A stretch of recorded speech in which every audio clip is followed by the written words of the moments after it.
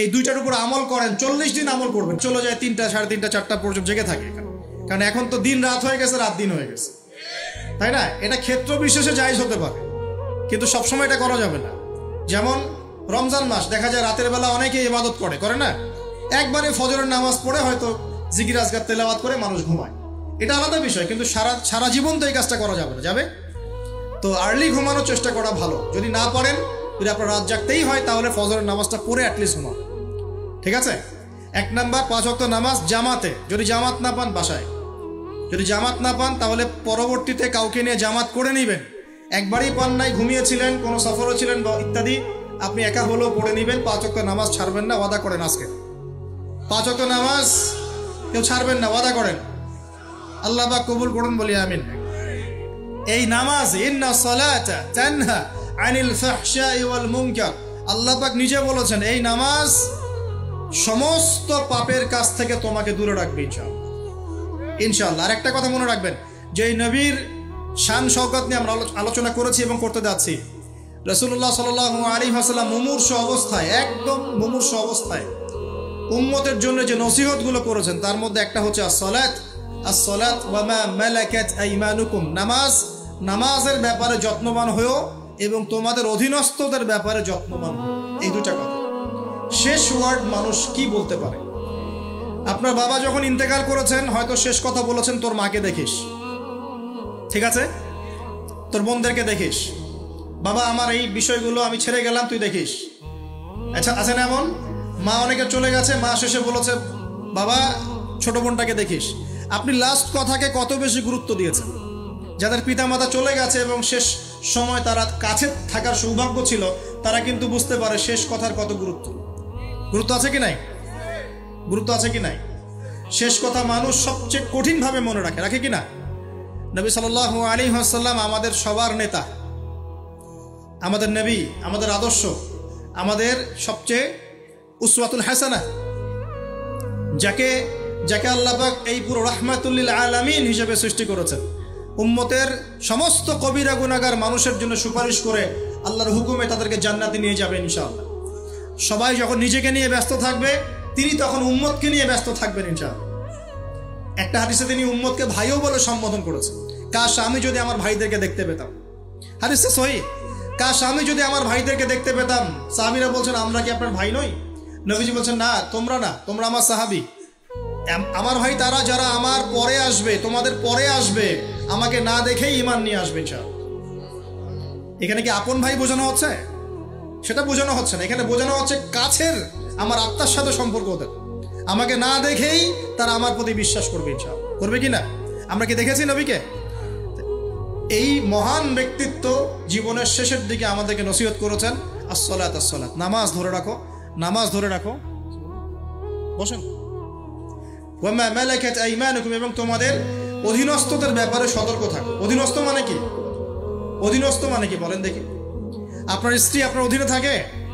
সন্তান-সন্ততি অধীনে থাকে না? থাকে। কোন ক্ষেত্রে পিতা মাতাও কি আমাদের অধীনে থাকে না? মানে আমরা আর্ন করতে পারি, পিতা মাতা আর্ন করতে পারেন, উপার্জন করতে পারে না। পিতা মাতাকে চালানো লাগে না আপনাদেরকে? অনেক সময় হয় কি না? অধীনস্থ মানে আপনার আন্ডারে যে মানুষরা আছে, এই মানুষদের ব্যাপারে, তাদের হকের ব্যাপারে সতর্ক থাকবে। কে বলেছেন এটা? আচ্ছা, এখান থেকে নামাজের গুরুত্ব বুঝতে পারলাম কি? যুব সমাজের সলিউশন 1 নাম্বার, 5 ওয়াক্ত নামাজ জামাতে পড়ার চেষ্টা করবেন। আল্লাহ পাক তৌফিক এনায়েত করুন, বলি আমিন। 2 নাম্বারটা হচ্ছে, আমার সামনে একটা কিতাব আছে, কিতাবটার নাম কি? সবাই পড়তে জানি ইনশাআল্লাহ? কারা পড়তে জানেন না? অনেস্টলি হাত তোলেন দেখি। জানেন না? আপনারাই জানেন না? আচ্ছা, ঠিক আছে, বসেন, শরমের কিছু নাই। যারা জানেন না, ওয়াদা করেন যে আগামী রমজান মাসে, এই রমজান মাসের মধ্যেই কোরআন তেলাওয়াত করা শিখবো ইনশাআল্লাহ। বাঙালি একটা আবেগী জাতি। ওই যে বলি, ইস্যু পাগল, মাঝে মাঝে ট্রল করে আর মাঝে মাঝে আবেগে ভাসে। আমাকে বলেন দেখি, আল কোরআনের আলো ঘরে ঘরে জ্বালো, এই স্লোগান তুললেই বাংলার জমিনে একদম ইসলাম কায়েম হয়ে যাবে? কখন ইসলাম কায়েম হবে? যখন আল কোরআনের আলো ঘরে ঘরে জ্বলবে। কখন? যখন প্রত্যেকটা ঘরে ঘরে একটা করে কোরআনওয়ালা মানুষ থাকবে। প্রত্যেক ঘরে ঘরে কি একটা করে হাফেজ আছে? তৈরি করার চ্যালেঞ্জ গ্রহণ করতে হবে। বাংলার প্রতি ঘরে ঘরে একটা করে হাফেজ তৈরি হবে ইনশাআল্লাহ। এটা করলে কি আপনাকে সরকার বাধা দিবে? আপনার নিয়াত করে যদি আপনি সন্তানকে হাফেজ বানান, কেউ বাধা দিবে? কেউ চাপ দিবে? আমরা তো চতুর মুসলিম। কেমন চতুর মুসলিম? আমরা আমাদের সন্তানদের মধ্যে যারা বেশি ট্যালেন্টেড ওদেরকে দিব আগে জেনারেল লাইনে, আর যার একটু মাথা কম তাকে আমরা পাঠায় দিই মাদ্রাসায়, পাঠায় দিয়ে যে আবাসিকে রেখে দিই, থাকতো এখানে, ওকে এখানে পিটাই সোজা করবে। আপনাদের কি মনে হয় যে কোরআন সুন্নাহর জ্ঞানটা অর্জন করার জন্য মাথায় ঘেলুর দরকার নাই? এমনটা মনে হয়? কোরআন এবং সুন্নাহর জ্ঞান অর্জন করতে সবচেয়ে বেশি প্রজ্ঞা লাগে, সবচেয়ে বেশি মাথা কাটাতে হয়, সবচেয়ে ট্যালেন্টেড ছেলেটাকে দেয়া লাগতো কোরআন। আমরা উল্টা চলি।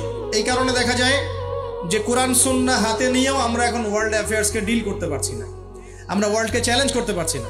কেন? আল্লাহ রাব্বুল আলামিন আমাদের সবাইকে কোরআন শেখার তৌফিক দান করুন। আল কোরআনের আলো ঘরে ঘরে জ্বলবে তখনই যখন ইনশাআল্লাহ তাআলা আপনাদের প্রত্যেকের ঘরে একটা করে কোরআনওয়ালা মানুষ তৈরি হবে ইনশাআল্লাহ। পারা যাবে তো ইনশাআল্লাহ? নাকি কোরআন সুন্নাহ খালি আলেম ওলামাদের চর্চা করেই হবে? আপনাদের পড়ারও দরকার নাই, জানারও দরকার নাই, বোঝারও দরকার নাই। কোনটা? ব্যাপারটা কি এমন? কোরআনকে শুধু আল্লাহ পাক আলেমদের জন্য পাঠিয়েছেন, নাকি শুধু মুসলিমদের জন্য পাঠিয়েছেন, না পুরো মানব জাতির জন্য? পুরো মানব জাতির জন্য আল্লাহ কোরআন পাঠিয়েছেন। ওয়াদা করা যাবে ইনশাআল্লাহ? যুব সমাজ ইনশাআল্লাহ আমরা কোরআন তেলাওয়াত তো শিখবই, অর্থ বুঝবো ইনশাআল্লাহ। রাজি আছি ইনশাআল্লাহ? এই রমজান মাসে আল কোরআন এক খতম দিবেন ইনশাআল্লাহ। প্রত্যেকদিন এক পারা করে তেলাওয়াত করার চেষ্টা করবেন, আল্লাহ তৌফিক দান করুন। আর যারা আমরা তেলাওয়াত করতে পারি আমরা চেষ্টা করব আলিফ লাম মিম থেকে একদম মিনাল জিন্নাতি ওয়ান নাস পর্যন্ত অর্থ সহ পড়ার জন্য। পারবো তো ইনশাআল্লাহ? আল্লাহ তৌফিক দান করুন, বলি আমিন। যেটা বলছিলাম, আইয়ামে জাহিলিয়াতে এই প্রবলেমসগুলো ছিল। আপনাকে আমি আস্তে আস্তে এখন মেরাজের দিকে নিয়ে যাচ্ছি। আইয়ামে জাহিলিয়াতের প্রবলেমস কি বললাম? 1 নাম্বার কি ছিল ভাই? শিরকের পাপ। 2 নাম্বার বলেন আমার সাথে, রিবা মানে সুদ। 3 নাম্বার মাদক, যেটা আমাদের সমাজে আছে কি নাই?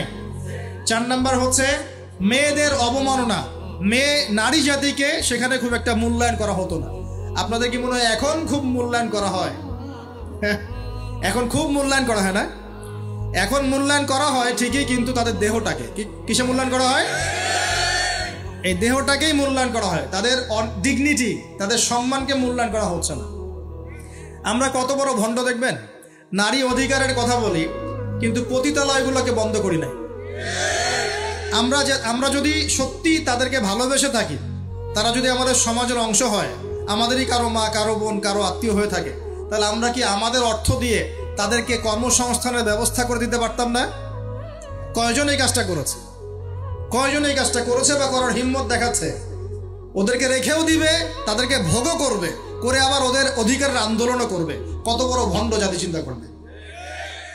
আমরা একটু নিয়াত করতে পারি তো, আমরা আমাদের অর্থ সম্পদ থেকে আমরা প্রয়োজনে আমাদের পলিটিক্যাল পাওয়ার কাজে লাগিয়ে, আমাদের এখানে যারা অনেস্ট মেম্বার, চেয়ারম্যান, এমপি সাহেব থাকবেন, তাদের পলিটিক্যাল পাওয়ারটাকে কাজে লাগিয়ে আমরা আমাদের এলাকাগুলোর মধ্যে সমস্ত অনৈতিক কাজগুলো বন্ধ করে দিব এবং ওইকে আমরা ভালো কোনো কর্মসংস্থানের ব্যবস্থা করে দিব। দেখবেন কোনোদিনও শেষেচ্ছায় এই পথে পা বাড়াবে না ইনশাআল্লাহ। কোনো মেয়ের কি এই কাজ করতে ভালো লাগে আপনার মনে হয়? কোনো মেয়ে চায় না যে সম্মান বিক্রি করে খেতে হবে, হয়তো পেটের দায়ে বা সামাজিক অন্ধকার জগতে পা বাড়িয়ে দালালের খপ্পরে পড়ে, বা এই যে নারী লিপ্সু কিছু পুরুষ মানুষের খপ্পরে পড়ে এই পথে চলে গেছে। এরা যদি আমাদের আত্মীয় হতো, আমাদের বংশে কেউ হতো, আমাদের কারো মা, কারো বোন, কারো স্ত্রী হতো, তাহলে কি আমরা সমাজে মুখ দেখাতে পারতাম? আমরা কি পশ্চিমা হয়ে গেলাম নাকি?